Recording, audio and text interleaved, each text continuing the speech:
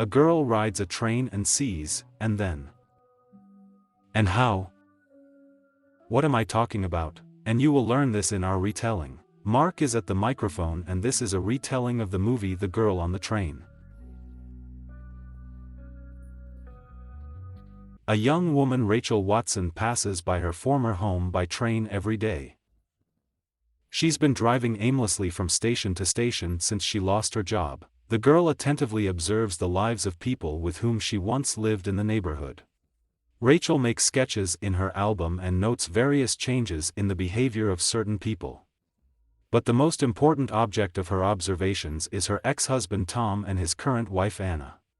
Every time she drives by, Rachel remembers how happy she was in that house, because it was their first home together. It is worth noting that in addition to the Watsons, the girl also closely follows the lives of former neighbors Scott and Megan Hipwell. She literally idolizes the couple, especially Megan, who worked as a nanny in Tom's new family, but recently quit. During her marriage, Rachel became depressed due to infertility, which led to alcoholism, which resulted in destructive behavior and repeated cases of temporary memory loss. At a barbecue organized by Tom's boss, she drunkenly staged a scene, because of which he was fired from his job. Being drunk, Rachel often bothered the man after the divorce. For example, she called several times and said all sorts of nonsense, and in the morning sobered up did not even remember about it. Once she committed a truly serious offense. She took Tom and Anna's newborn daughter out of the house. She took the baby out of the crib while her exhausted mother of the girl was sleeping and put her on the damp ground near the house. It was there that Anna found her. Rachel tries to banish the images from the past and stop following her ex-husband and neighbors, but she does not succeed. As always, having collected a few bottles of booze with her, she gets on the train and everything starts over. Megan Hipwell goes to another appointment with Dr. Abdick. She talks about her experiences and mental anguish. The girl can't find her place in life, but she knows one thing for sure: it's not enough for her to just be her husband's wife. She just needs some kind of occupation that will help her reveal her true identity. She admits that Scott is trying to push her towards motherhood, but she doesn't want that at all. It was for this reason that she quit the Watsons. Returning after another day of wandering around trains and train stations, Rachel gets drunk again. She has been living with her friend Katie for 2 years now, who tries to keep the girl in check and makes her put the phone away so as not to bother Tom again. Waking up in the morning, Rachel gets on the train as usual. But this time, driving past the Hapfills' house, she sees Megan kissing some strange man. The girl is enraged by what she saw. The thought of what happened does not leave her all day. Pretty drunk, Rachel gets off at the wrong station. She's going to tell Megan everything they think about her, but at some point she just turns off. The next morning, the girl wakes up at home. She is covered in blood, and her body has a lot of bruises and abrasions. Realizing that she doesn't remember anything from last night, Rachel goes to group therapy for alcoholics for the first time. For the first time in many months, she returns home sober. Entering the apartment, she is confronted by the police. Detectives Riley and Gaskell ask the girl about Megan Hipwell. She disappeared last night, and residents of neighboring houses claim that they saw Rachel drunk nearby. The girl tells about a strange man with whom Megan kissed. But Detective Riley, already having information about Rachel's problems, does not believe her. The woman also advises her not to approach her ex-husband's house to avoid trouble. A week later, Rachel gets in touch with Scott. She tells him that she saw his wife with another man. When he shows her a photo of Dr. Kamal, the girl definitely states that he was with Megan on the eve of her disappearance.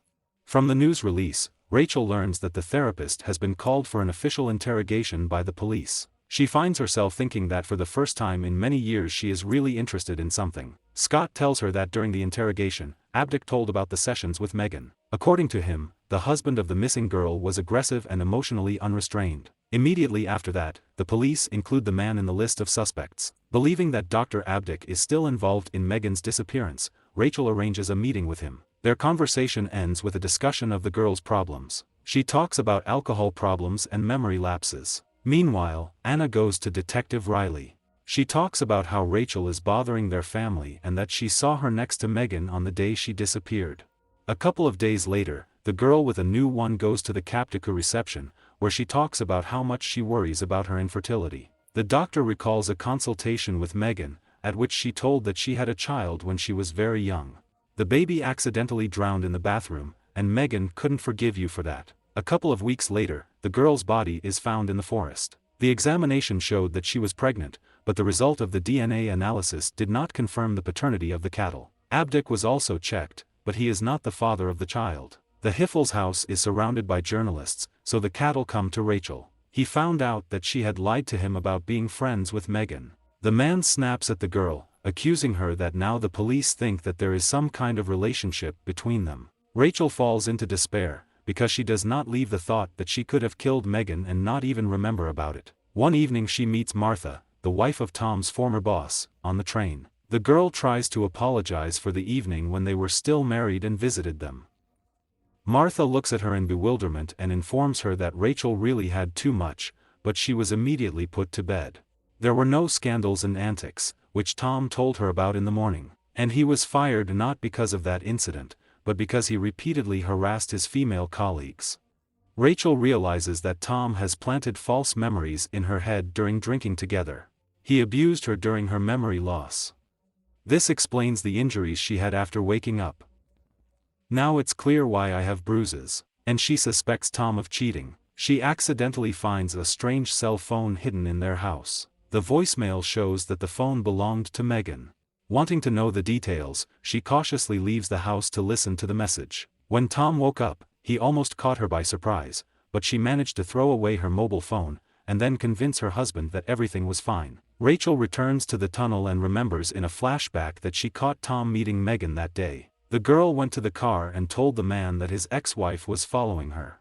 Tom ran into the tunnel in a rage, attacked Rachel and brutally beat her. Remembering everything that happened, the girl goes to her ex-husband's house to warn Anna about the danger. She manages to tell the woman her husband's arm Anna and that it was he who killed Megan. Their conversation is interrupted by Tom returning. When Rachel starts screaming that he is a murderer, the man drags her into the house. In front of Anna, he turns into a monster who is trying to force his ex-wife to drink a glass of alcohol, because she has been tied up for several weeks, which means there will be no memory lapse. When the girl refuses, he throws the contents of the glass in her face and delivers a strong blow, from which she loses consciousness. The flashback shows how Tom beat Megan to death when she told him that she was pregnant with his child and refused the offer to have an abortion. Rachel comes to her senses and sees Tom's satisfied grin. She tries to leave the house, but of course the front door is locked. The man catches up with her and begins to strangle her. She manages to escape and runs out through the kitchen, taking a corkscrew with her. When Tom catches up with her, she plunges the gun into his neck. Anna, who ran out of the house, silently approaches her husband and twists the corkscrew even deeper. After a while, they are both taken to the police station. The girl's testimony is the same, necessary self-defense. Both claim that Tom confessed that he killed Megan.